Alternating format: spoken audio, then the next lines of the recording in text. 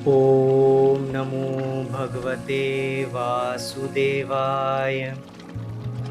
श्रीकृष्ण गोविंद हरे मुरारी, हे नाथ नारायण वासुदेव। 10वां अध्याय भगवान के विराट रूप से विभिन्न तत्वों और जीव के अंगों की उत्पत्ति का विस्तृत वर्णन। श्री सुखदेव जी बोले, हे राजा परीक्षित, इस भागवत शास्त्र में सर्ग, विसर्ग, स्थान, पोषण, उति, मनवंतर, ईशानु कथा, निरोध, मुक्ति और आश्रय यह लक्षण दर्शाए गए हैं। महात्मा जन इन्हीं दर्शों के सहारे तत्व ज्ञान प्राप्त करते हैं। इसमें 9 लक्षणों के द्वारा श्रुति प्रतिपाद और स्तुति आदि विषयों का उल्लेख किया गया है तथा इन दशों के पृथक पृथक भेद भी हैं, जैसे गुणों की विषमता से, परमेश्वर के सकाश से, आकाशादिक महाभूत शब्दादिक मात्रा, इंद्रिय, महतत्व तथा अहंकार का जन्म सर्ग है, और विराट की सकाश से जो चराचर की सृष्टि उत्पन्न हुई है उसे विसर्ग कहा जाता है, तथा प्राणी जन जिस मर्यादा का पालन करते हैं उसे उत्कर्ष और स्थिति कहते हैं। फिर जिसमें भक्तों पर कृपा द्वारा उनका पोषण होता है।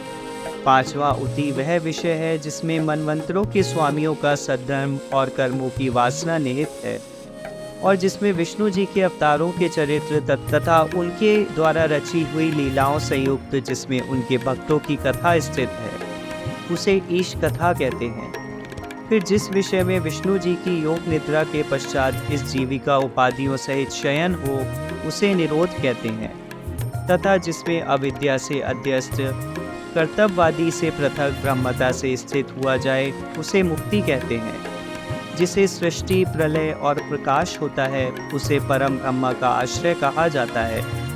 वही परमात्मा भी है तथा नेत्रादिक इंद्रियों के अभिमानी, दृष्टा जीव को आध्यात्मिक और सर्वाधिक को आदि दैविक किसे, और जिससे इन दोनों रूपों का विभाग होता है, अर्थात नेत्र गोलक आदि से उपलक्षित जो यह शरीर है इसे आदि भौतिक कहते हैं।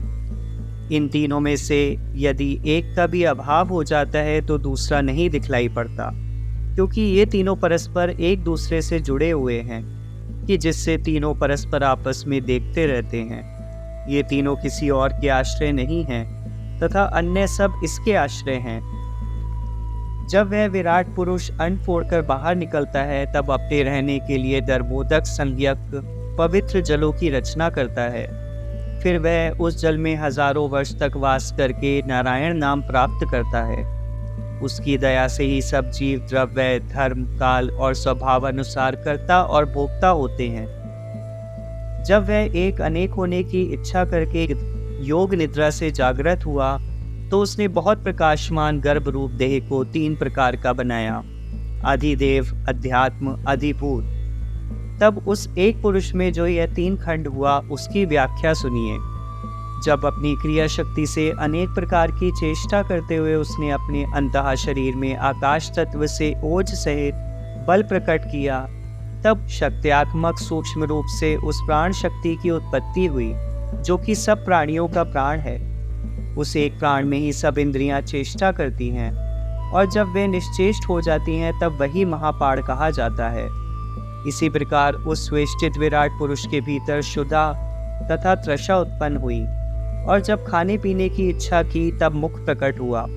उस मुख में तालु था कि जिससे जिन्ना इंद्रिय उत्पन्न हुई, और उसमें अनेक प्रकार का रस विषय उत्पन्न हुआ। फिर जब उस विराट ने बोलने की इच्छा की तब उसके मुख से अग्नि देवता और वाणी इंद्रिय उत्पन्न हुई कि जिन दोनों के अधीन बोलना हुआ। इस प्रकार वह विराट पुरुष बहुत दिनों तक जल में रहकर पवन के सहारे पड़ा रहा। पश्चात जब उसमें प्राणवायु का अत्यंत संचार हुआ तब उसमें नासिका इंद्रिय प्रकट हुई कि जिसमें गंध ग्रहण करने की स्वाभाविक शक्ति विद्यमान थी, और तब उसे ग्रहण करने के लिए घ्राण इंद्रिय उत्पन्न हुई। इसी प्रकार जब उस विराट पुरुष ने देखने की इच्छा प्रकट की तब नेत्र इंद्रिय उत्पन्न हुई कि जिसके देवता सूर्य हुए, और वह चक्षु इंद्रिय रूप को ग्रहण करने वाली हुई। जब वेदों ने उस विराट पुरुष की स्तुति की तब उसे सुनने की इच्छा करने वाले उसके कान निकले और दिशाएं उसको देवता हुए।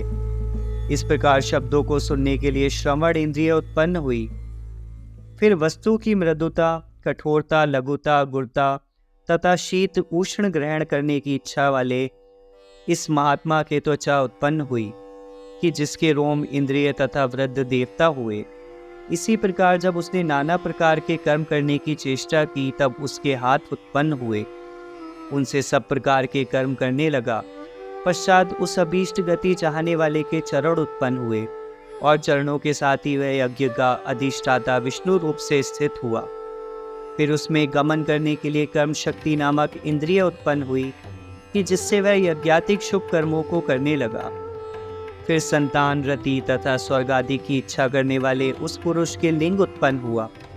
वह उपस्थ इंद्रिय हुई कि जिन दोनों के अधीन काम संबंधी सुख नियत हो। पश्चात भोजन किए हुए अन्नादि के असारांश को त्यागने की इच्छा वाले उस पुरुष को गुदा नामक इंद्रिय उत्पन्न हुई, जिसका देवता वायु है। मल को त्याग करना उसके अधीन है। फिर एक शरीर से दूसरे शरीर में जाने की इच्छा करने वाले उन विराट पुरुष को नाभि उत्पन्न हुई कि जिसकी अपान इंद्रिय तथा मृत्यु देवता हैं। इन्हीं दोनों के अधीन मृत्यु है। फिर अन्नपान करने की इच्छा करते ही उस विराट पुरुष के कुक्षी आंत तथा नसें उत्पन्न हुई कि जिसके देवता नदी और समुद्र हुए और तुष्टि पुष्टि इन दोनों के अधीन हुई। फिर अपनी माया की चिंता करने वाले उस विराट पुरुष के हृदय उत्पन्न हुआ कि जिसके मन इंद्रिय तथा चंद्रमा देवता हुए और उसमें संकल्प तथा अभिलाष ये दोनों उत्पन्न हुए। इस प्रकार त्वचा, चर्म, मांस, रुधिर, मेदा, मज्जा तथा अस्थि ये सातों धातु पृथ्वी, जल तथा तेज में हैं और आकाश, जल तथा वायु से प्राण की रचना हुई है। सब इंद्रियों में स्वभावता विषय शक्ति भरी हुई है। गुण, पृथ्वी आदि को से राजा उत्पन्न हुए हैं तथा सब प्रकार के विकार मन में भरे हुए हैं।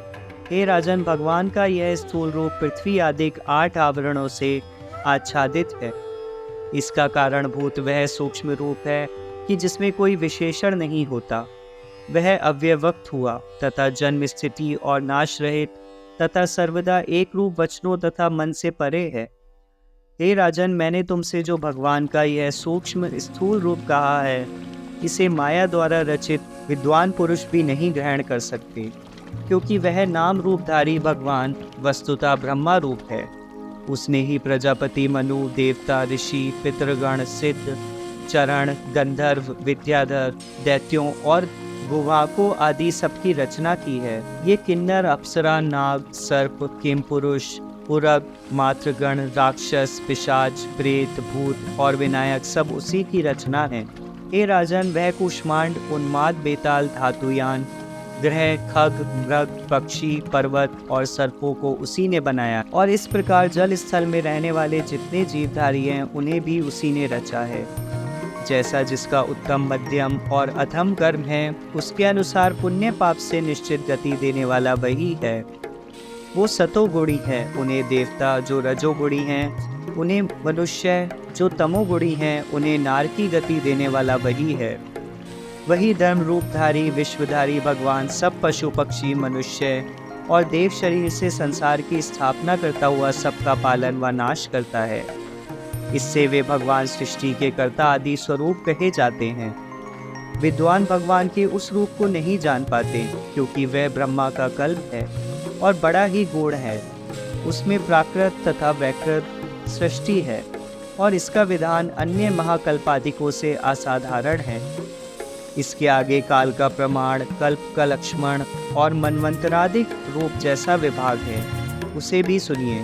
पहले मैं पद्यम कल्पों को सुनाता हूँ। शौनक जी बोले, हे विद्वान सूत जी, अब आप कृपा करके हम सबको मैत्रेय और विदुर जी का ज्ञानाश्रित संवाद सुनाइए। हम लोगों ने सुना है कि उसमें गुण तत्वों का विवेचन किया गया है, सो उन दोनों महात्माओं ने जैसे आपस में कहा है वह हम सबसे कहिए। इस प्रकार सुख सागर का द्वितीय स्कंद समाप्त हुआ।